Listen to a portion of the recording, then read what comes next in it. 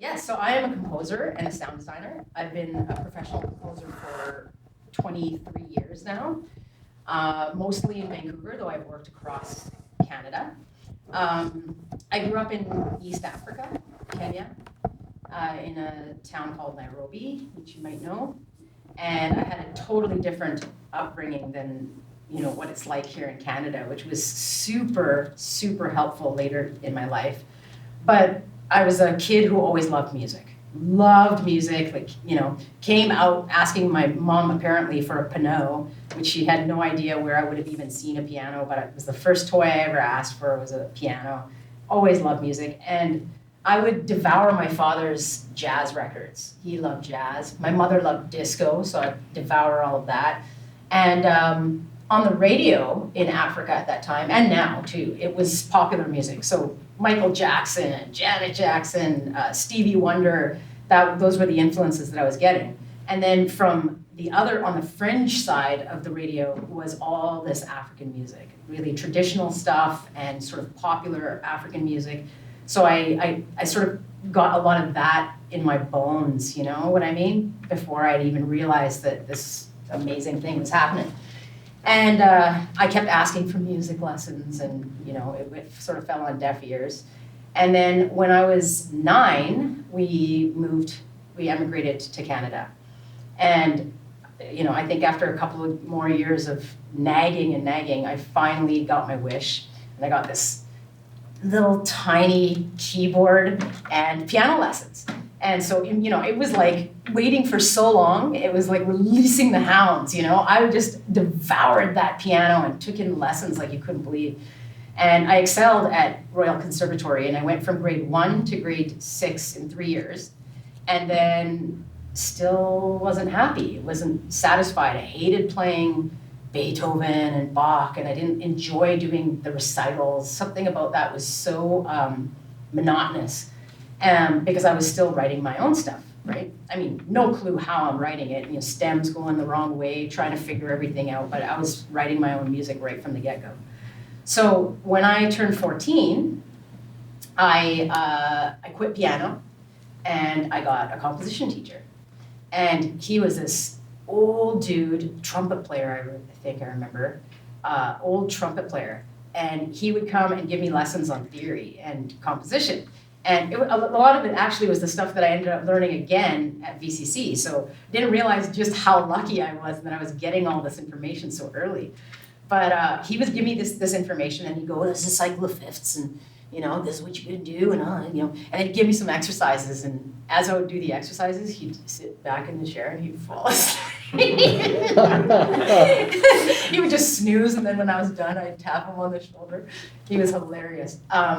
But he opened up a whole world of music to me that just ignited the fire, because I was like, okay, I mean, if I didn't know it before, obviously I'm going to be doing music for the rest of my life. So that made me so excited that when I turned 15, and this is back in the day where there was no Zoom, online, stuff like that, revealing my age more and more through this talk. We already did that. But there was nothing like that. So if you wanted to do school outside of school, you would do it through correspondence. So that meant that you would do your assignments, and then you would fold them up, put them in an envelope, and snail mail them down, and they, back and forth.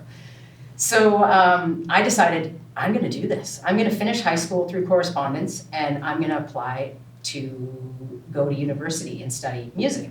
And so I looked at all the universities, and that's when I learned what you guys know, CAP's great for jazz, SFU's great for new music and electronic, you want UBC for classical, et cetera, et cetera. And that didn't seem exciting to me.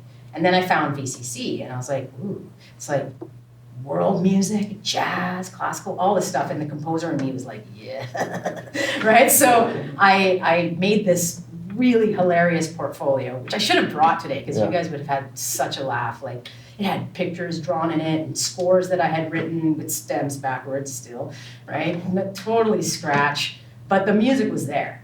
And I think that when I handed it in, at least that you could see that, forget the stems, but you could see from the music that there was musicality there. And after much debate, because I was underage, they did accept me to VCC. And so I was the first student to be accepted to VCC at the age of 15. And then after a little bit of thought, when I was accepted, I changed my mind and I decided to stay in school and go through the whole ritual of graduating with people of my age. I was a very nervous child, so I was a little bit worried about being in being in college with people that were older than me, and I was fearful that I might fall too far behind and that it might actually do the opposite and actually squash my love of music if I didn't excel. So I decided to stay back and graduate. And when I graduated, I reapplied and I got in as a composition major. They probably all were like, "Oh, it's that girl. Her stems are going the right way now. That's probably a good thing." So yeah, I came to BCC, and as soon as I graduated high school, that very summer, I was enrolled with the prep courses with Ted Green. Is he still here? No, he's no. not. Oh, what a gem. I know, Love that guy. Yeah. So yeah, I enrolled in the prep courses right that same summer, and I moved out into this really crappy little apartment up near the Kingsgate Mall. And I just lived there and wrote music and started school. And I took everything that I could at BCC. I took as much jazz as I could. I just couldn't get enough. And then all of the classical, I studied some classical voice. I was a composition major the whole time. And then through the World Music Program, I discovered my love of percussion. And Sal was the teacher there at the time, and he had said, "What, you're always writing for the marimba. Like, why are you not a marimba player?" And I was like, I don't know. I write because I like the instrument. I've been writing so much for the instrument. And so he put me into the Latin jazz ensemble there. And I wasn't a percussion minor, so I didn't have any lesson time with him, and I wasn't able to actually get lessons with him. But he would find ways to teach me, almost like drug deals. He would teach me like in the hallways and stuff. Like we know our schedules, right? We'd be walking by each other in the hallway, and he'd hand me a piece, and he's like, "Learn page 10. Right? Like that, I would. Or when we were in the Latin jazz ensemble, when people were busy looking at the music or something, he'd walk by behind me behind the marimba behind me, and he'd go, "You're strangling the mallets," stuff like that. So he kind of gave me these tips on how to play this instrument, but I had no formal training on it, and but fell in love with it right away. So I would use that broken-ass marimba that I was telling you guys about, the one here at BCC, and gingerly take it into the modules and play this marimba for hours and hours, but I couldn't afford one myself. So eventually, I lived in this house, by the way. I lived in this house up on William and Semlin with 5 other VCC music students. And so the house was always full of music and stuff. And one day I came home and I took all my clothes off of my shelves, and I took the shelves down and I drew a marimba to scale. And I just learned to play on that. So, whether I was hitting the right notes, nobody will ever know, but it helped me with my rhythm, right? Because all I could do was right? So that's how I learned how to play marimba, was through that marimba at the school and then doing this at home. And through the love of world music in VCC's program, I ended up leaving VCC with a 10-piece Latin jazz orchestra. I put together this 10-piece Latin orchestra, and I was like, this is going to be my life for the rest of my life. I'm obsessed with Afro-Cuban music, and I'm going to be an Afro-Cuban musician for the rest of my life. And so we started this group. It was called Diez, which Johnny knows well. We were called Diez, which in Spanish means 10 of us, pretty simple. And again, back in those days, there was no music streaming or anything like that. So in order to get your music out there, you had to actually physically make CDs, you had to record some stuff, you had to make a demo, you had to get the labels done, you had to put together a press kit and all this. And so of course, as soon as we had finished doing all of that, and we were starting to get a big following, we fired the trombonist, because he was kind of a dick. And so sorry, I do swear, I'll try and keep it clean. But we fired him because he was a bit of drama.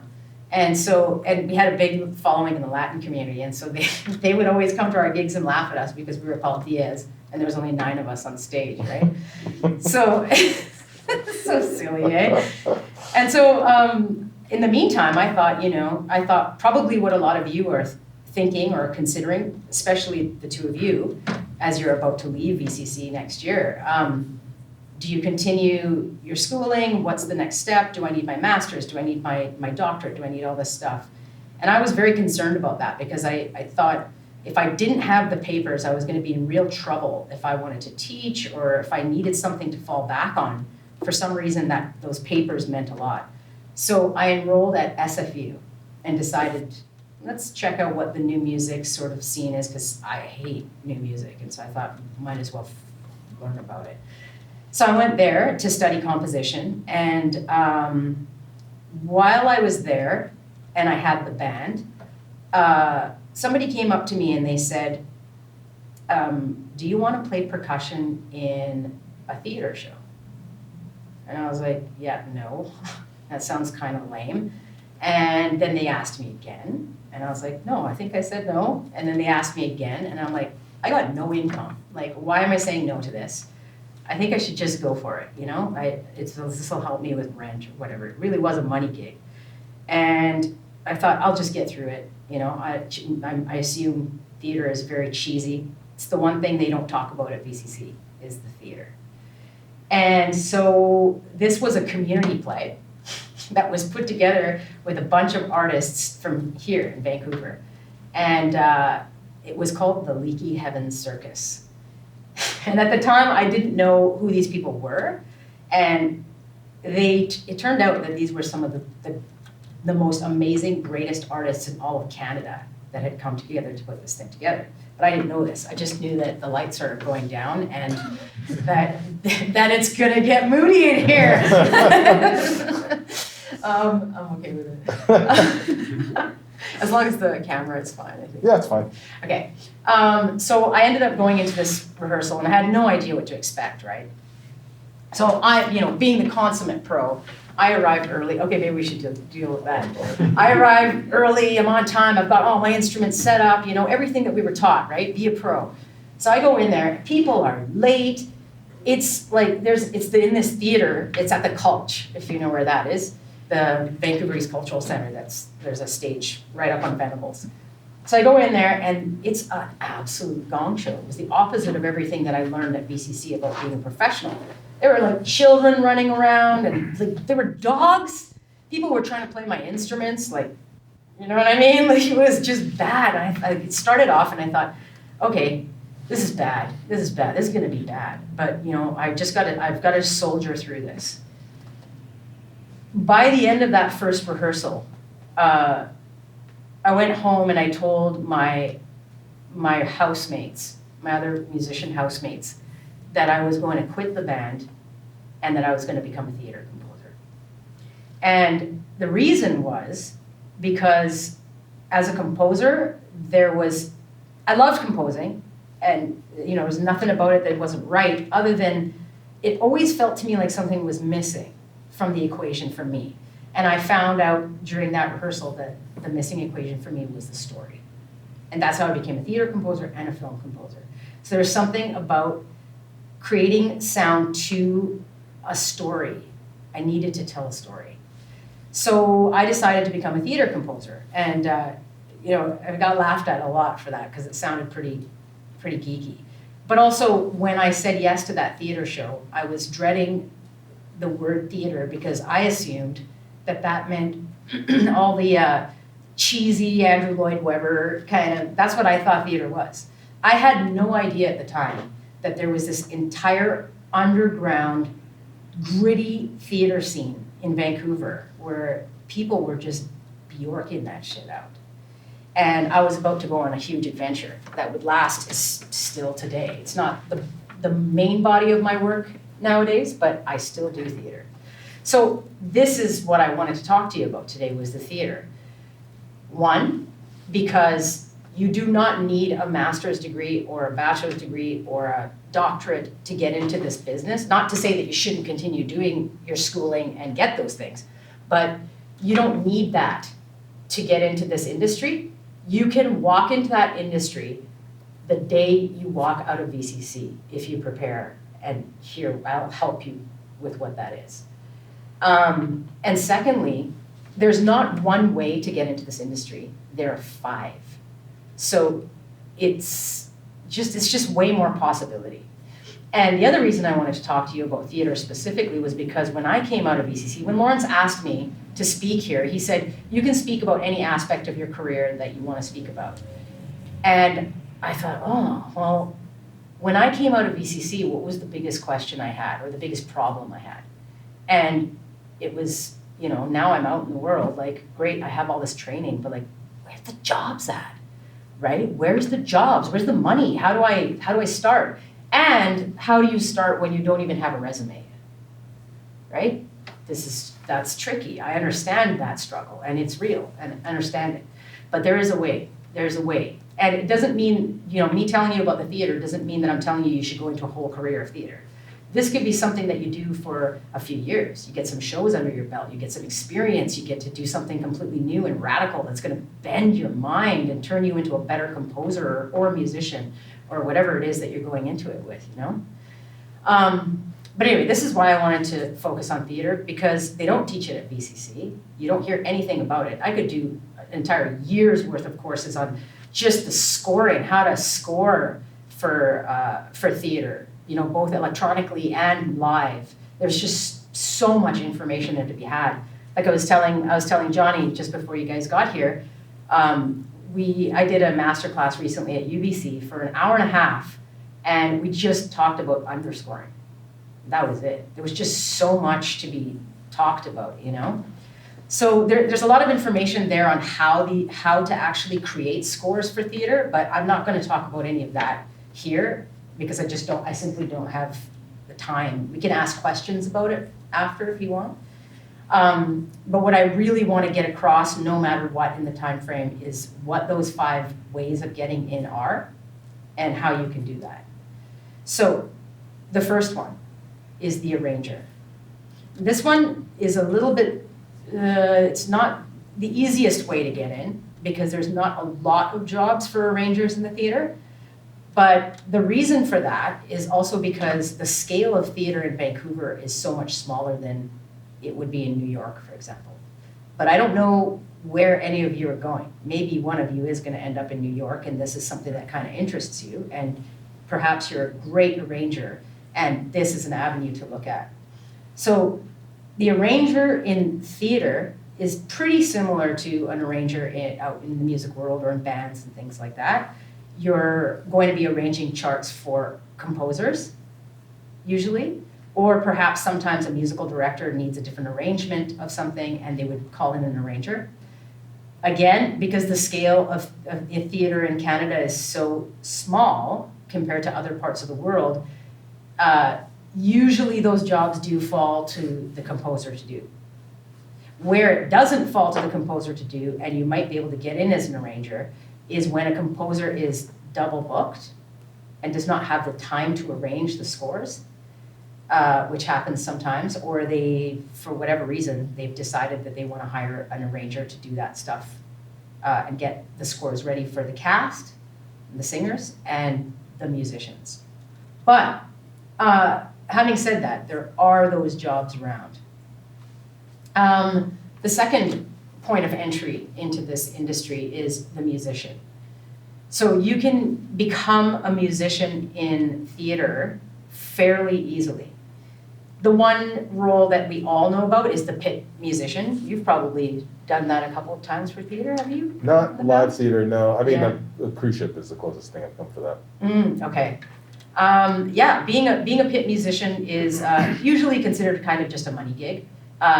You just go and play. You collect your check. You just got to be really good at reading music, really good at following direction, and you have to be a little bit prepared to just sort of go on the fly because this is live theater, right? You're usually, if you're in the pit and you're visible, everything is happening behind you.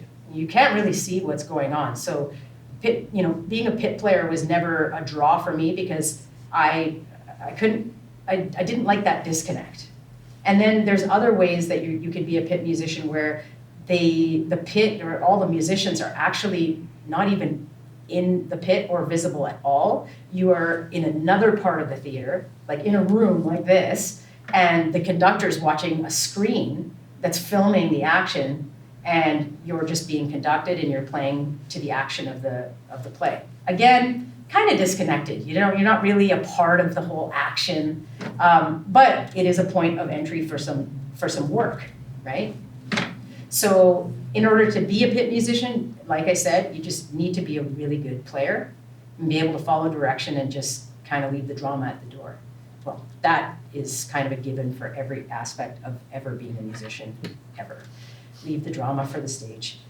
The other way of being a musician for theater, which I think is a lot more exciting, is just being a musician inside the theater for smaller plays.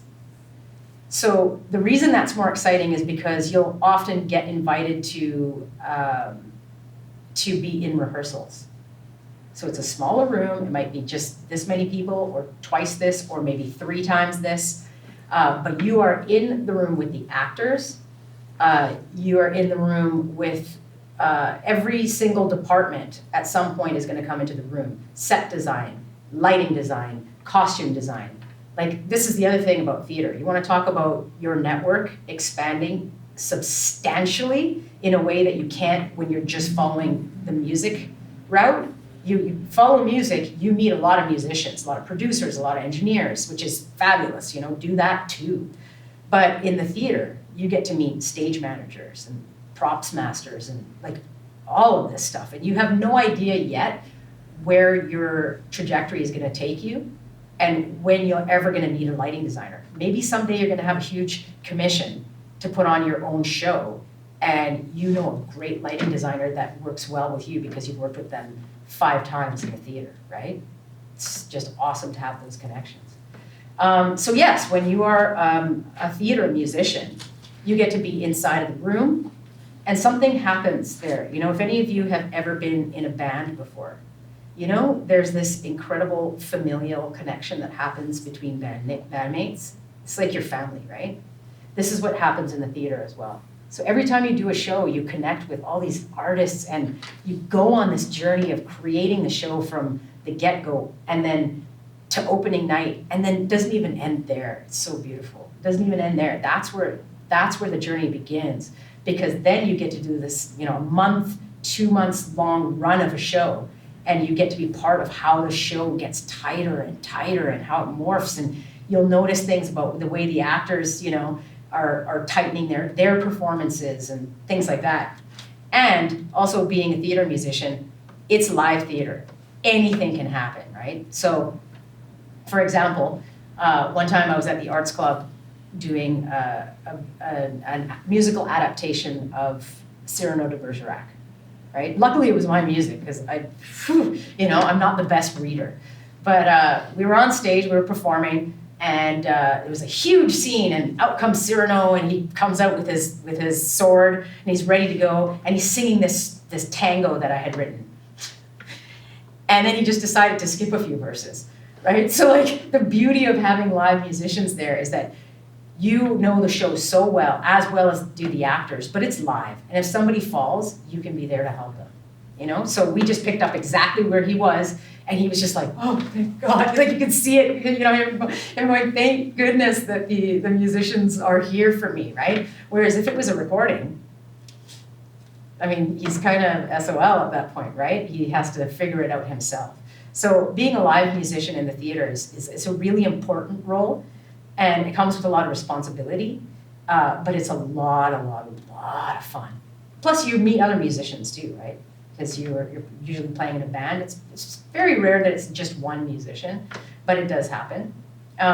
That's where perhaps being a pianist is really good. You might, actually I'll add another category just for you. There's also the category of being an accompanist. So when a score is being taught by the next category I'm going to talk about, which is the musical director, when a score is being taught, oftentimes they hire an accompanist. So I'll tell you how to connect with those kinds of people and stuff like that at the end. So yeah, if you ever have a chance to, play in a band or be a part of a theater show, I would say do what I did and just ask yourself, why am I saying no to this? Just try it. Just try it once and see what happens. I said no 3 times before I said yes, but I learned my lesson there. So the next one is the musical director. And musical directors they're essentially teachers, because you're teaching the score to a bunch of actors who are going to sing the score. But the cool part about being a musical director is not only do you get to work with vocalists, you also get to work with a band. You're in charge of musical directing the musicians as well as the vocalists. So having a pretty good background on vocal techniques, things like that, that's a skill that a musical director has to have. I'll give you a few personal tips on how to be a really good musical director that I learned from trial and error. Because, as I said, I had no schooling on how to be a theater person. And truly, I'll tell you a side story.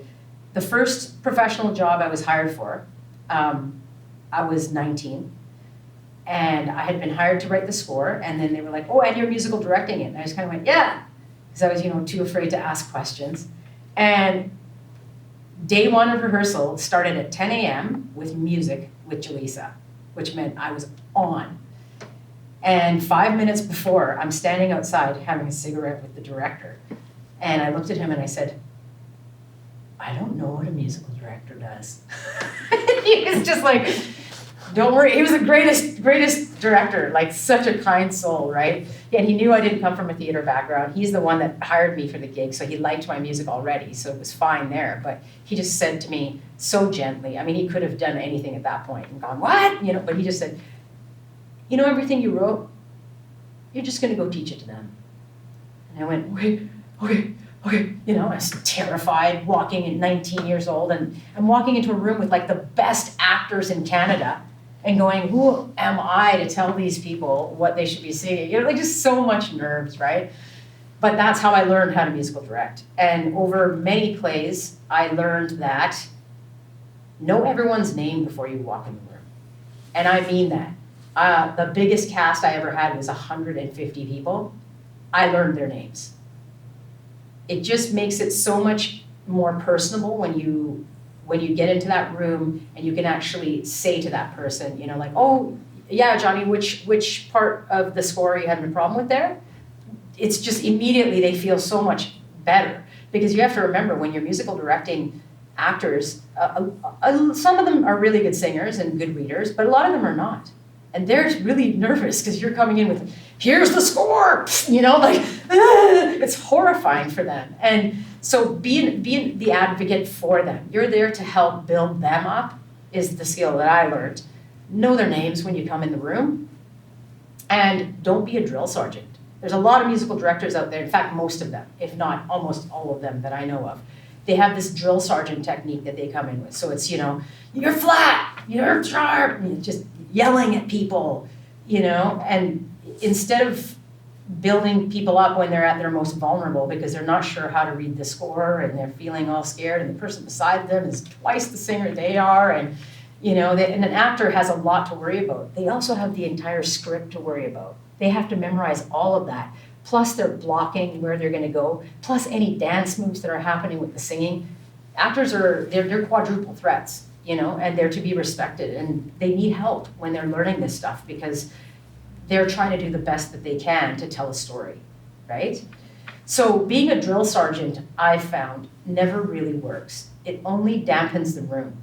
And I've also seen situations where, am I okay for time? Yeah. Oh, yeah. I just had a horrible doubt there. I'll give you the quarter. Like 6. You never know when you're talking, right? I'll give you the 15-minute warning.